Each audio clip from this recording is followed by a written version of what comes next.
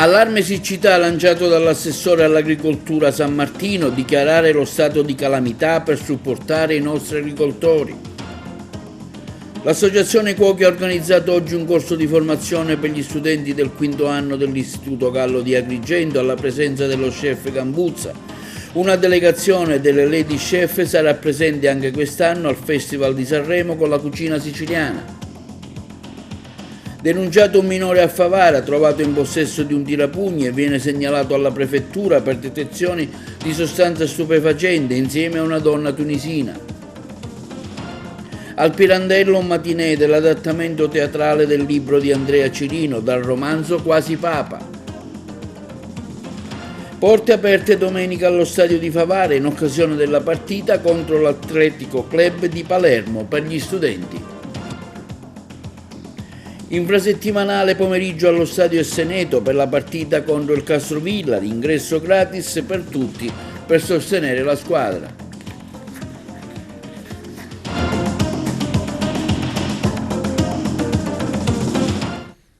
Buongiorno, con il nostro appuntamento quotidiano di TV Notizie apriamo oggi il nostro telegiornale con una notizia che ci viene dall'assessore regionale San Martino che lancia un allarme sulla siccità, dichiarare lo stato di calamità in Sicilia per supportare i nostri agricoltori.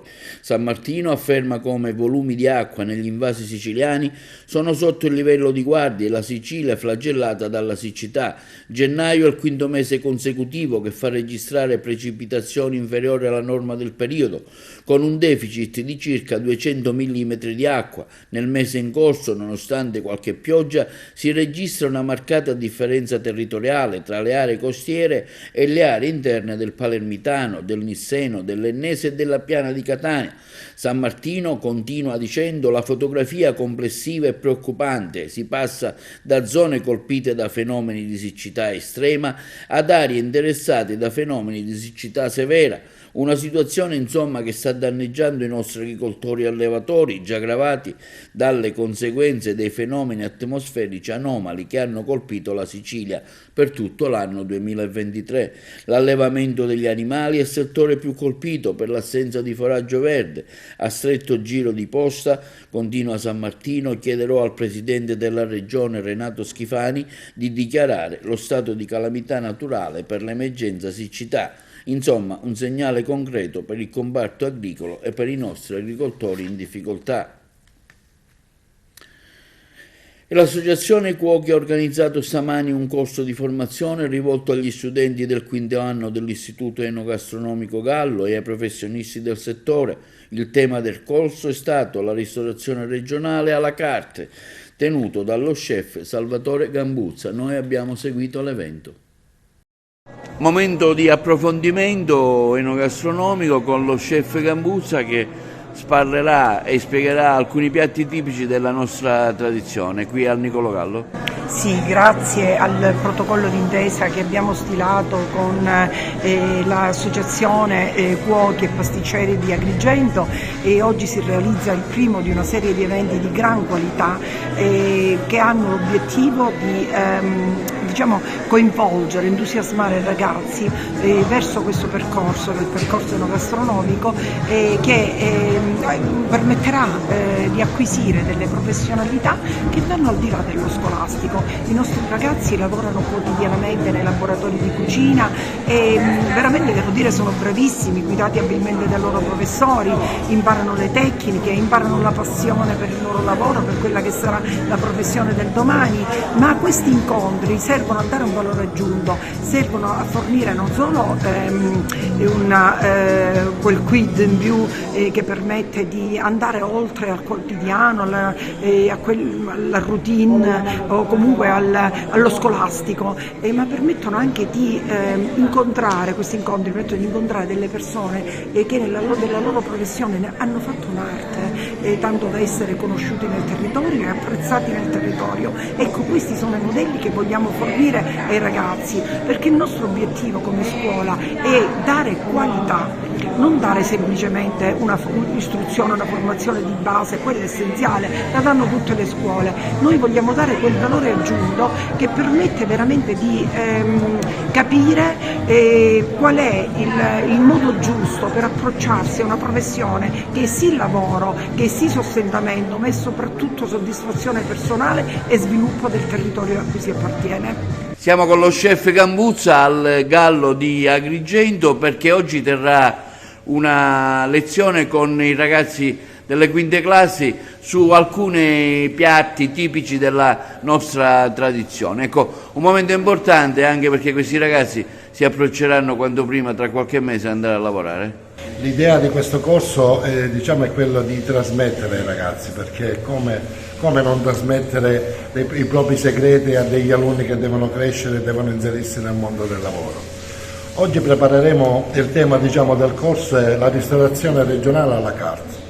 Ristorante alla carte, piatti, antipasti, primi, secondi e dessert. Noi oggi faremo 4 piatti partendo dall'antipasto, il primo, il secondo e il dessert, molto legati al territorio, molto legati alle materie prime della zona, l'olio, il pesce buono. Abbiamo tanto da raccontare e bisogna raccontarlo, trasmetterlo ai ragazzi, e oggi il corso è veramente mirato a queste cose: la materia prima, i vari passaggi, i fondi di cottura, tutto in armonia per creare i piatti del nostro territorio.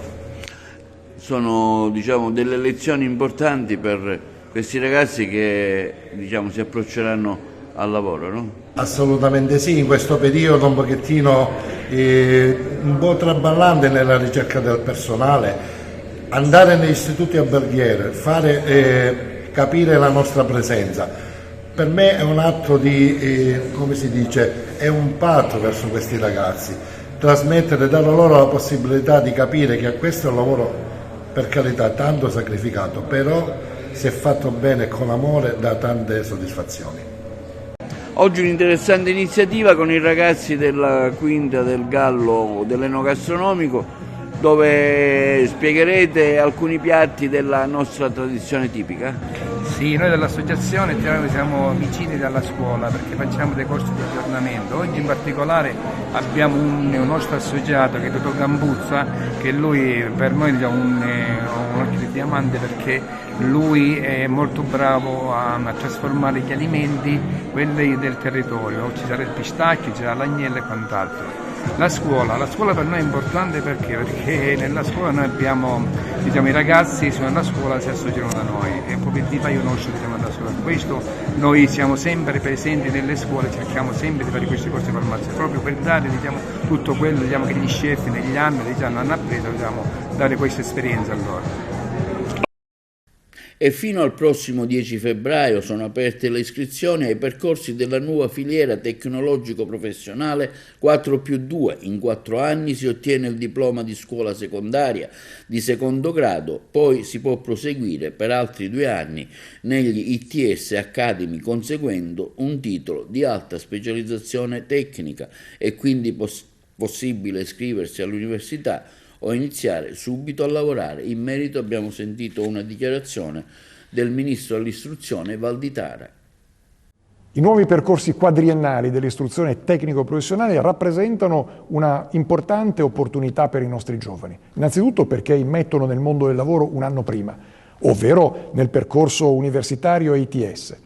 Poi perché avranno a disposizione molti più docenti, dal momento che a invarianza di organico si riducono gli anni da 5 a 4. Ci sarà un potenziamento di quelle materie che oggi sono rappresentano un po' l'anello debole della filiera tecnico-professionale, cioè italiano, matematica, inglese. Ci sarà uno strettissimo collegamento col mondo dell'impresa e ci sarà tanta internazionalizzazione, cioè esperienze all'estero. Insomma, un modello vincente, un modello che consentirà ai giovani di realizzare le loro aspettative, i loro talenti, trovando più rapidamente un posto di lavoro. Le Lady Chef Sicilia saranno presenti anche quest'anno alla famosa Kermesse Canora del Festival di Sanremo, una bella esperienza che si ripeterà. Sentiamo i componenti dell'associazione che rappresenterà la cucina siciliana a Sanremo.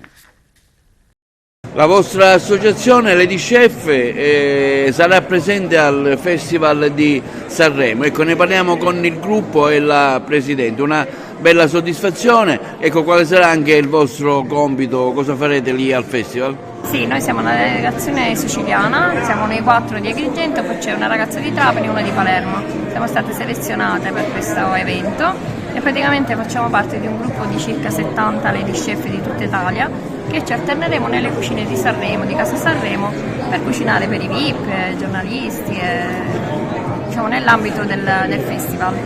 Una bella soddisfazione, ne parliamo con un'altra chef donna. Onestamente è una bella soddisfazione, anche perché questo per noi è il nostro secondo anno, quindi speriamo sempre di essere riconfermate e poi portiamo noi anche la nostra radice della nostra Sicilia per far conoscere i nostri piatti. Speriamo tutto bene. Ecco, visto che siete stati già anni precedenti, qualche piccolo particolare di un'esperienza che già avete fatto, un ricordo insomma? Ricordi ce ne sono tanti. L'emozione perché eravamo dentro un festival per come se non ci fossimo, perché veramente è da vivere. Ecco, ne parliamo con un'altra componente, com'è vivere a Sanremo, cucinare per questi grandi big? Per me è anche la prima volta, sarà una bella esperienza sicuramente, una cosa molto importante. Sono orgogliosa di fare parte di questa squadra che va a Sanremo. Siamo con Concetta Marino è di Palma di Montechiaro, approfittiamo di questa intervista per parlare anche di un'esperienza che lei ha vissuto all'interno del monastero, considerando che ora le suore non ci sono più, però è testimonial di una grande ricetta, ce l'anticipi? Quella del biscotto a riccio per Palma di Montechiaro è un biscotto molto importante. Sono cresciuta nel monastero benettino, avevo 9 anni, fino a 14-15 anni sono rimasta là. Quindi continuerà la tradizione del biscotto a riccio, so che ci sarà un accordo anche con l'amministrazione comunale per rilanciarlo? Speriamo di sì, per rilanciare il biscotto a riccio, sì.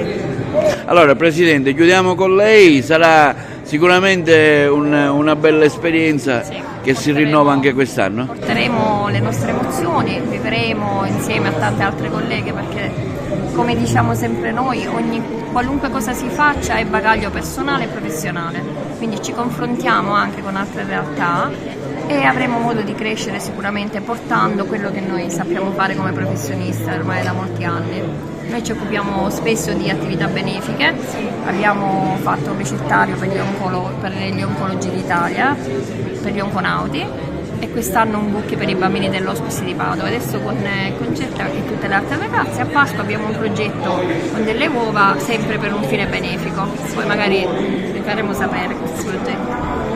L'erosione costiera ha fatto una nuova vittima, il viale delle Dune a San Leone.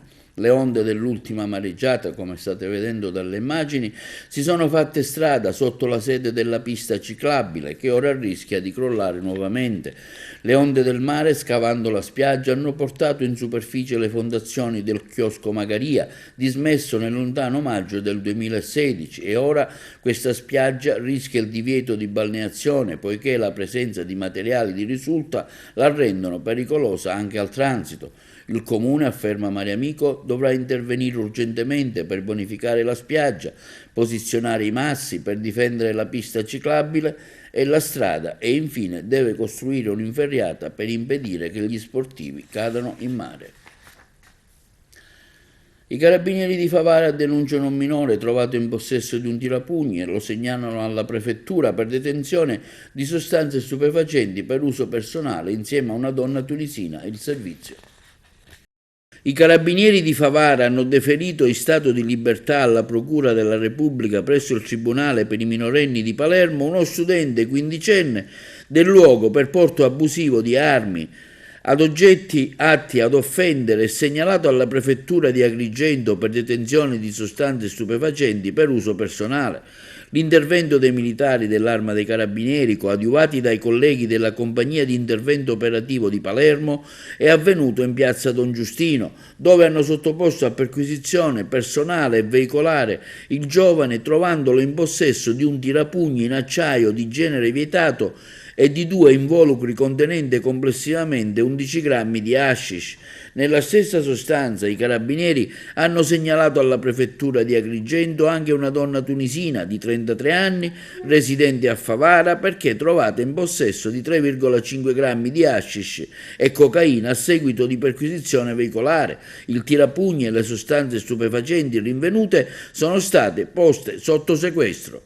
L'Agenzia del Demanio ha consegnato alla Guardia di Finanza un edificio confiscato alla criminalità organizzata nel comune di Cinisi, come vediamo dalle immagini, in provincia di Palermo, che l'Agenzia Nazionale per l'Amministrazione dei Beni Sequestrati e Confiscati ha destinato allo Stato. La Guardia di Finanza procederà ora ad avviare i lavori di riqualificazione per convertire l'edificio, una grande villa con più alloggi, in una nuova caserma e rafforzare la propria presenza sul territorio. La cerimonia di consegna, avvenuta all'interno dell'edificio confiscato, alla presenza del direttore regionale dell'Agenzia del Demanio, del comandante regionale della Guardia di Finanza. La villa è stata confiscata a conclusione delle indagini condotte dal gruppo investigativo GICO della Guardia di Finanza di Palermo. Carabinieri del Comando Provinciale di Palermo hanno eseguito un'ordinanza di custodia cautelare emessa dal GIP su richiesta della DDA nei confronti di 5 persone, 4 in carcere e 1 ai domiciliari con il braccialetto elettronico, accusate a vario titolo di associazione per delinquere di tipo mafioso, estorsioni aggravate commesse avvalendosi del metodo mafioso e reati in materia di armi. Il servizio da Palermo. Associazione per delinquere di tipo mafioso, estorsioni aggravate commesse avvalendosi del metodo mafioso e reati in materia di armi. I carabinieri del Comando Provinciale di Palermo hanno dato esecuzione ad una ordinanza di custodia cautelare emessa dal GIP presso il Tribunale di Palermo su richiesta della locale Direzione Distrettuale Antimafia nei confronti di 5 persone, 4 alle quali ristrette in carcere e 1 sottoposta agli arresti domiciliari con il braccialetto elettronico. Il provvedimento restrittivo scaturisce dalle indagini condotte nel periodo 2021-2023 dal nucleo investigativo del Comando Provinciale di Palermo, i cui esiti avrebbero documentato da un lato il rientro a pieno titolo di pregiudicati mafiosi dopo lunghi periodi di detenzione nelle file della famiglia mafiosa di Carini, dall'altro l'inserimento di giovani associati appartenenti a famiglie di sangue che storicamente hanno diretto lo scacchiere mafioso carinese.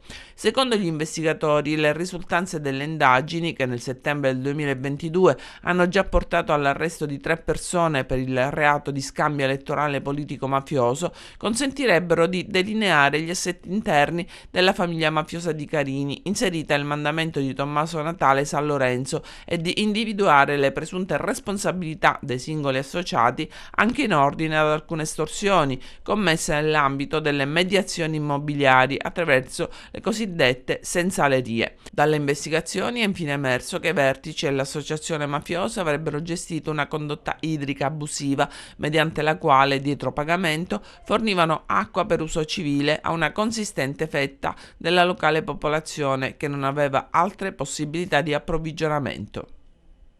E la Polizia di Stato ferma 3 soggetti, sono tutti indagati per gli incendi al CPR di Milo dello scorso 22 gennaio. La corrispondenza. È stato convalidato il fermo operato dalla Polizia di Stato nei confronti di 3 ospiti del CPR di Milo, indagati per i 2 incendi che hanno devastato la struttura. I fatti risalgono al 22 gennaio scorso, quando un gruppo di stranieri nel primo pomeriggio fece divampare le fiamme in alcuni locali della struttura. In un primo momento a bruciare sono state coperte e cumuli di carta e plastica introdotti nelle stanze ed utilizzati per dare alle fiamme materassi accatastati in precedenza. A sprigionarsi fu una densa nube di fumo che rimase intrappolata nei locali. Si scoprirà solo in seguito che tra gli ospiti qualcuno ebbe il compito di chiudere le porte delle stanze appena incendiate per aumentare la potenza distruttiva del fumo. Nel giro di pochi minuti 3 i settori del CPR invasi da fumo nero e tossico. I vigili del fuoco in quell'occasione intervenuti fecero fatica a controllarlo e le operazioni di spegnimento durarono per ore. Intorno alle 19, quando sembrò essere tornata la calma, nuovi incendi vennero invece appiccati con le stesse modalità in altri settori, rendendo così inagibile la maggior parte del centro. Nella scheda di intervento dei vigili del fuoco si lesse: quasi tutti i moduli abitativi in cui c'era stato l'incendio risultavano danneggiati seriamente, non solo per il fuoco ma per l'intenso fumo nero sprigionato, con diversi distacchi di intonaco e calcinacci dal soffitto e dalle pareti, rendendoli non più idonei alla vivibilità. Stupefatti gli investigatori della squadra mobile acquisirono le immagini registrate dalle telecamere installate nelle sole aree comuni e per ore osservarono gli eventi e i soggetti potenzialmente coinvolti. Molti di loro fecero in modo di rendersi riconoscibili coprendo il volto con cappucci e larghe felpe. I 3 fermati sono stati invece compiutamente identificati. 2 di loro introdussero nei locali buste contenenti plastica e carta, mentre il terzo, una coperta in fiamme servita ad appiccare l'incendio ad uno dei settori. Al momento del fermo operato nel pomeriggio del 24 gennaio scorso, tutti indossavano gli stessi indumenti, accessori ripresi dalle telecamere il giorno dell'incendio. L'impianto indiziario del fermo operato dalla squadra mobile è stato accolto dalla Procura di Trapani, che ne ha chiesto la convalida contestando i delitti di incendio e devastazione, così si legge nell'ordinanza di convalida del GIP. La consistenza e diffusività di tali danneggiamenti rende evidente che ci si trova al cospetto di un'azione di indiscriminata distruzione della struttura del CPR finalizzata a rendere inagibili gli alloggi destinati ai cittadini extracomunitari. L'obiettivo veniva effettivamente conseguito alla luce del provvedimento di interdizione all'accesso in tutti i settori colpiti dall'incendio. Dopo la convalida dei 3 fermi, il GIP presso il Tribunale di Trapani ha disposto nei confronti degli stranieri la misura cautelare della custodia in carcere. I fermati sono pertanto allo stato detenuti presso la casa circondariale Pietro Cerulli di Trapani. Un interessante matinè al Teatro Pirandello ha accolto l'adattamento teatrale del romanzo Quasi Papa, scritto da Andrea Cinnino, curato dalla regista Valentina Ghetti. Ha seguito per noi l'evento il collega Eugenio Cairone. Un bel salto quello di Andrea Cirino da ex politico a scrittore. Una scelta indovinata perché i suoi romanzi hanno già riscosso tanto successo, avendo delle trame che suscitano fin da subito la curiosità dei lettori. Il primo romanzo di Andrea Cirino, Quasi Papa, è approdato in teatro al Pirandello. Il romanzo racconta 100 anni di storia affrontando temi forti. Si parla infatti di Shoah e degli intrighi all'interno del Vaticano, con il giallo che ha riguardato la morte di Papa Luciani, e poi ancora i conclavi con i nomi autentici dei papi. E quando in scena si parla di Giovanni Paolo II, ricordando l'anatema nella Valle dei Templi contro la mafia, scatta l'applauso dei presenti, che hanno molto gradito il lavoro della giovane regista Valentina Ghetti. Sul palcoscenico viene ricordata la visita ad Agrigento dell'allora cardinale Wojtyła e della sua sosta nella chiesetta di Santa Gemma in via Emera, un luogo del quale purtroppo nessuno si è preso cura finora, lasciandolo nel totale degrado. Alla fine dello spettacolo non sono mancati i complimenti per Andrea Cirino. C'è da dire che Roberto Iannone, Marco Giustini, Marco Delle Fratte, Antonio Coppola, Luigi Di Maio e Sofia Fici, sotto la guida di Valentina Ghetti, hanno contribuito alla riuscita della commedia. Valentina, la regista di Quasi Papa, un lavoro che è stato apprezzato tanto anche soprattutto dai giovani, dai ragazzi. Perché era proprio quello il mio intento, nel senso che quando ti assegnano una regia il primo aspetto da tenere in considerazione è il pubblico di riferimento, e siccome il tema, che è quello della storia degli ultimi 9 conclavi della Chiesa cattolica, non è proprio un tema per ragazzi, ho cercato un filo che li potesse avvicinare, e quindi ho scelto questa chiave pop contemporanea, a partire proprio dalle musiche, dalle luci e diciamo da tutti questi elementi innovativi. E poi il sito, il Teatro Pirandello. Il Teatro Pirandello è veramente come un ventre, è un luogo dove fioriscono e nascono idee creative, oltre ad essere veramente un teatro unico e magnifico nel suo genere. Questo è veramente grazie al direttore artistico, che è Francesco Bellomo, senza il quale tutto questo non sarebbe possibile. Complimenti per il lavoro. Grazie veramente. Quasi Papa approda in teatro, è un desiderio che si realizza? Ma credo che sia il desiderio di tutti coloro che scrivono un libro, no? Adattarlo al teatro. Una pièce teatrale come questa, diciamo, tra l'altro mi ha dato tante soddisfazioni, perché i ragazzi sono stati molto attenti, quindi era un argomento a quanto pare interessante anche per loro, è attuale anche dai tempi, anche se parlo di 100 anni di storia. Ecco, è un romanzo che tocca temi forti come la fede, la Shoah, e si parla anche della morte di Papa Luciani. Ma è un racconto che inizia alla fine della Seconda Guerra Mondiale con Pio XII, no? Fino ai giorni nostri. Il nostro autore Andrea, che con un percorso abbastanza tortuoso, la tentazione, Matilde che cerca di tirarselo a sé e quindi ma la vocazione è più forte, ma poi all'interno dei conclavi, all'interno del Concilio Vaticano II, che cambia la storia del mondo, della Chiesa, degli argomenti forti, e devo dire che sono rimasto soddisfatto, perché ho visto che i ragazzi, gli studenti erano attenti, molto attenti a questi argomenti. Ecco Andrea, il passaggio dalla politica alla scrittura è stato indolore o hai qualche rimpianto?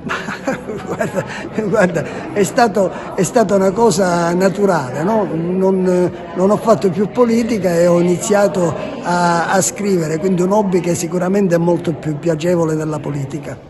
Il primo romanzo è Quasi Papa, seguito da Tutta colpa di Solone, lo ricordiamo. Che è stato pure adattato a una commedia teatrale molto simpatica, molto allegra, ma comunque ancora ne parleremo successivamente. Per adesso andiamo avanti su Quasi Papa.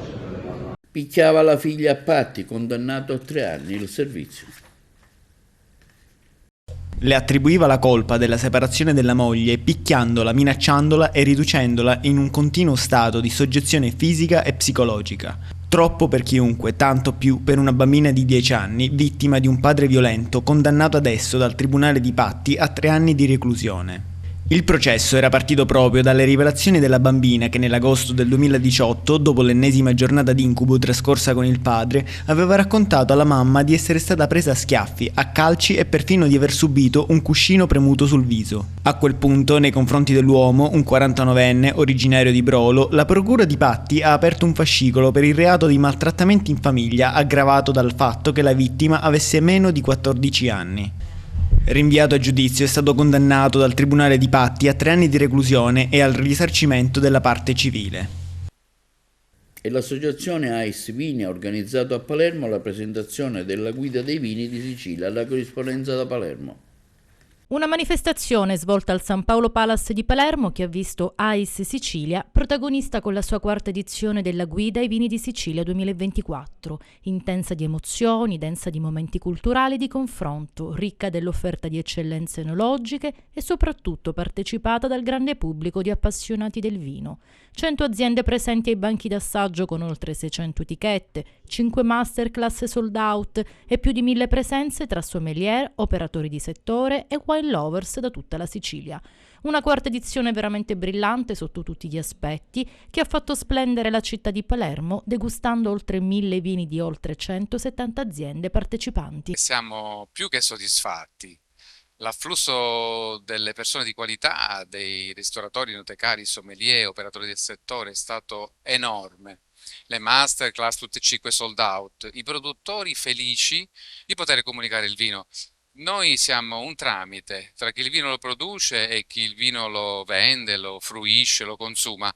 Credo che abbiamo raggiunto l'obiettivo. Orgoglio palermitano perché lei ha vinto un premio come miglior sommelier del Sud Italia. Sì, è stata una bella emozione, diciamo che i sforzi si sono devoluti in soddisfazione. Ora adesso quest'oggi mi appresterò a condurre la mia prima masterclass, affiancherò un maestro come Luigi Salvo nella verticale di Caro Mesto 2018, scusate, che è il vino che ha preso 4 viti ICE alla guida Vitae, che è la guida Vini ICE. E presenteremo diverse annate, 7 annate che saranno la 2005, 2010, 2014, 15, 17 e 18, quindi potremmo fare un confronto tra le varie annate. Il vino in questione è un blend di 3 vitini internazionali, Cabernet Sauvignon, Merlot e Petit Verdot. Lei ha condotto un'altra masterclass. Sì, è la verticale appunto di Don Antonio dell'azienda Morgante che è appena terminata, quindi questo viaggio temporale di 7 annate di un'etichetta iconica dell'azienda Morgante, dove ovviamente è stato messo in luce il vitigno Nero d'Avola, dove appunto l'azienda a cui l'azienda crede fortemente, soprattutto in un territorio altamente vocato per la coltivazione. Abbiamo fatto questo appassionante racconto nel tempo di queste 7 espressioni di vendemmie differenti, insieme al collega delegato AIS Agrigento e Caltanissetta Lillo Trupia e al titolare dell'azienda Carmelo Morgante. Linea alla regia per la pubblicità. Al Policlinico di Messina assemblea per contestare il mancato rinnovo dei contratti di lavoro e sulla relativa stabilizzazione del servizio. Questa è la terza volta che noi ci riuniamo qui in assemblea per ancora contestare il mancato rinnovo dei contratti sia dei precari sia la stabilizzazione, perché se non vengono assunti questi colleghi purtroppo all'interno dei reparti ci sarà una mancanza dei LEA, ai livelli essenziali di assistenza, quindi ci sarà un aumento del rischio clinico, quindi non possiamo noi azzardarci a non riconfermare questi colleghi. Abbiamo chiesto anche all'assessorato l'aumento del tetto di spesa che a tutt'oggi purtroppo è rimasta sempre lettera morta, e quindi abbiamo chiesto anche di essere in maniera più incisiva all'amministrazione del Policlinico. Abbiamo anche iscritto alla Magnifica Rettore che a tutt'oggi non ci ha risposto, quindi siamo in attesa, vediamo la situazione futura e saremo anche costretti ad andare anche a manifestare a Piazza Zina a Palermo davanti all'assessorato. Giuseppe, lei è uno degli OS che praticamente da dopodomani perderà il lavoro se non interverrà qualcuno a risolvere questa situazione. Io credo che al momento la situazione per i precari del Covid, dell'emergenza Covid, non sia né adeguata né opportuna, perché dopo il trascorso che ci siamo messi in prima linea nella pandemia e poi siamo stati usati e al momento della stabilizzazione e poi buttati. Noi chiediamo oggi di essere stabilizzati per tutti i sacrifici che abbiamo fatto e per come sono andate le cose negli ultimi 3 anni. Siamo usciti dalla pandemia a testa alta, adesso anche noi vogliamo essere gratificati per tutti i sacrifici e gli sforzi che abbiamo fatti. Anche parlo a nome di tutti noi, perché in giro tutte le persone con i nostri requisiti, con i contratti Covid sono stati già stabilizzati, e se diciamo le direttive regionali sono quelle, ci dobbiamo adeguare a rispettarle, e io credo che sia il momento giusto di stabilizzare i ragazzi e non di mandarli a casa. Scuole allo stadio, e questa è l'iniziativa organizzata per domenica prossima a Favara, che vedrà la presenza degli studenti presso la struttura comunale. L'ingresso avrà il costo di 3 euro e sarà gratis per i ragazzi inferiori agli 8 anni. L'evento è organizzato dalla SSD Pro Favara, che disputerà la gara con l'Athletic Club di Palermo, il servizio di Moscato.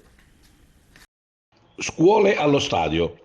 Si chiama così l'iniziativa rivolta agli alunni di Favara nella fascia di età compresa tra gli 8 e i 14 anni, promossa dalla SSD Pro Favara. Domenica 4 febbraio alle ore 15, in occasione della gara casalinga contro l'Athletic Palermo per il campionato di eccellenza Girone A, per gli alunni dei 4 istituti comprensivi della città, Brancati, Camilleri, Falcone Borsellino e Guarino, sarà possibile assistere alle gare dei gialloblu con il pagamento del biglietto a soli 3 euro.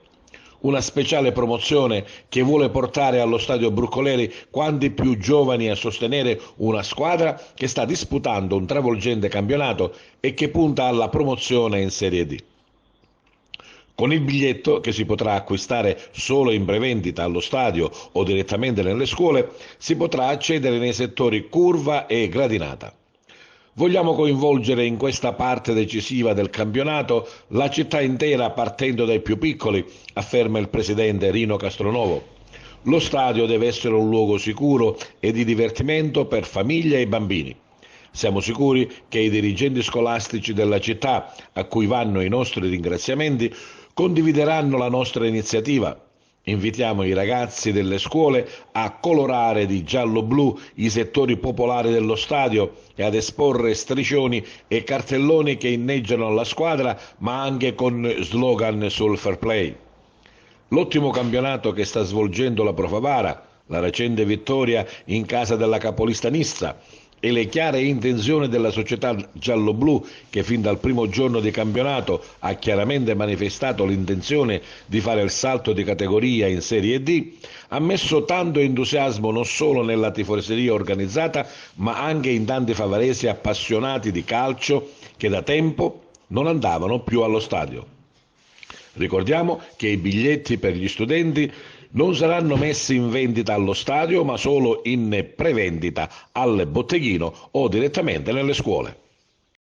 L'Akragas è pronta alla sfida casalinga contro il Castrovillari. Lo stadio Esseneto riapre al pubblico. L'appello del direttore sportivo Cammarata e ai tifosi per sostenere nel pomeriggio e supportare i biancazzurri nella delicata gara di salvezza. L'ingresso sarà gratis, come dichiarato dalla presidente dell'Akragas.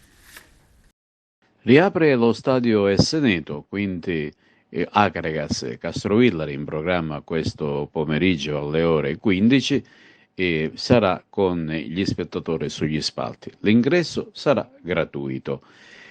L'arbitro di questa partita sarà il signor Daniele Penevelli di Modena, mentre gli assistenti saranno Pietro Fortugno di Mestre e Pietro Tinelli di Treviglio.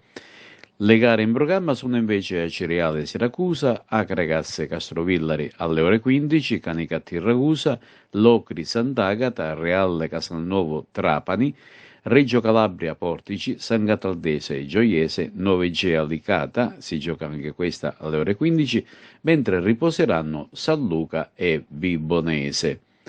Dunque la partita si giocherà regolarmente a porte aperte. Questo invece è il testo del comunicato diramato dalla società biancazzurra. Si legge: la società Akragas rende noto che con il decreto del 30 gennaio 2024 il Presidente del Consiglio di Giustizia Amministrativa per la Regione Siciliana, e condividendo le tesi difensive della società, ha accolto l'istanza di concessione di misure cautelari monocratiche e per l'effetto ha esteso a tutte le partite di calcio da svolgersi fino all'esito della Camera di Consiglio l'efficacia della precedente licenza rilasciata dalla Questore dell'Agrigento alla società dell'Akragas in data 17 novembre del 2023. A questo punto già il prossimo incontro di campionato tra l'Akragas e Castrovillari, in calendario per il giorno 31 gennaio alle ore 15, potrà essere disputato a porte aperte allo stadio Esseneto di Agrigento. La presidente Roberta Lala, conclude il comunicato, ha deciso che nessuno pagherà il biglietto d'ingresso, tutti allo stadio gratuitamente a sostenere l'Akragas nella difficile sfida salvezza con il Castrovillari.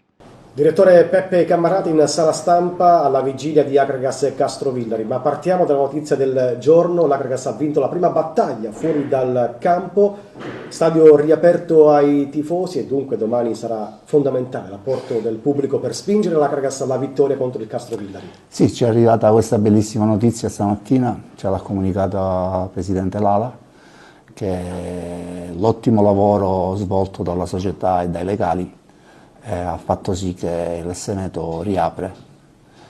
Voglio fare un appello ai nostri tifosi di starci vicino, di venire in massa domani, perché domani per noi è una partita importantissima. Dobbiamo fare di tutto per portare i 3 punti a casa anche eventualmente giocando una brutta partita, una partita sporca, ma l'importante è che al fischio finale noi prendiamo questi 3 punti, perché poi andiamo a Vibo, dove andiamo a incontrare una delle migliori squadre, poi ci sarà la sosta per il Viareggio e poi noi avremo il turno di sosta che ci tocca, perciò questi 3 punti sono fondamentali per la nostra classifica.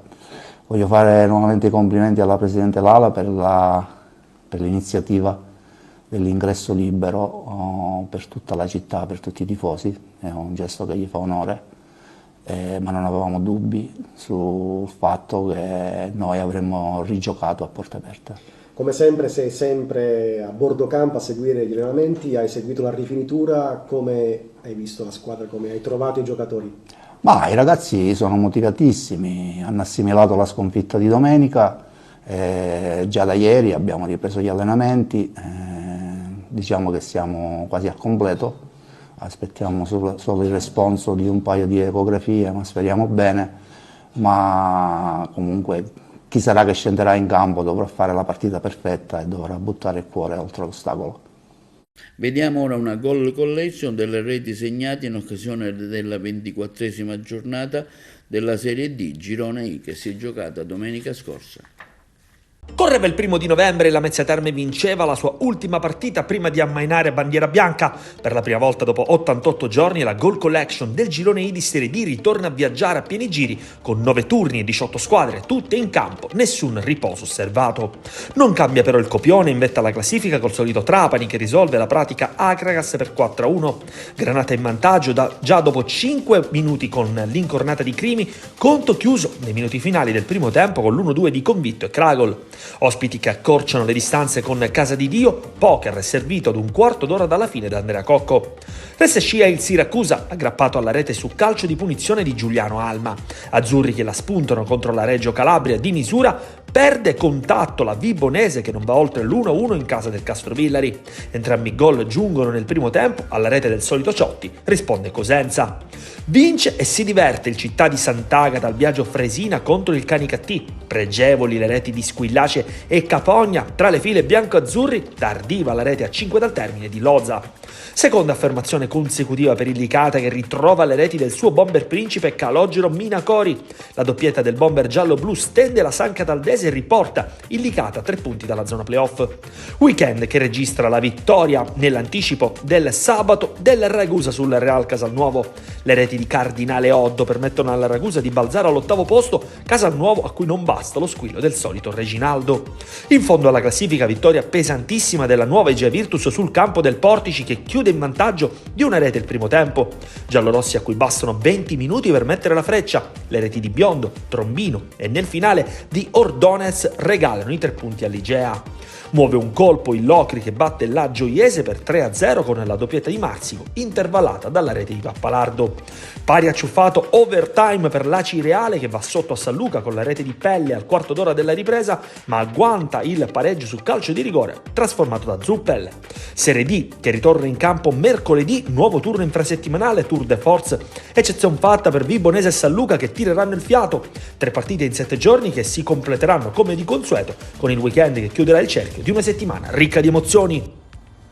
E questo è tutto per TV Notizie di oggi, vi diamo appuntamento alle prossime edizioni e vi auguriamo una buona serata.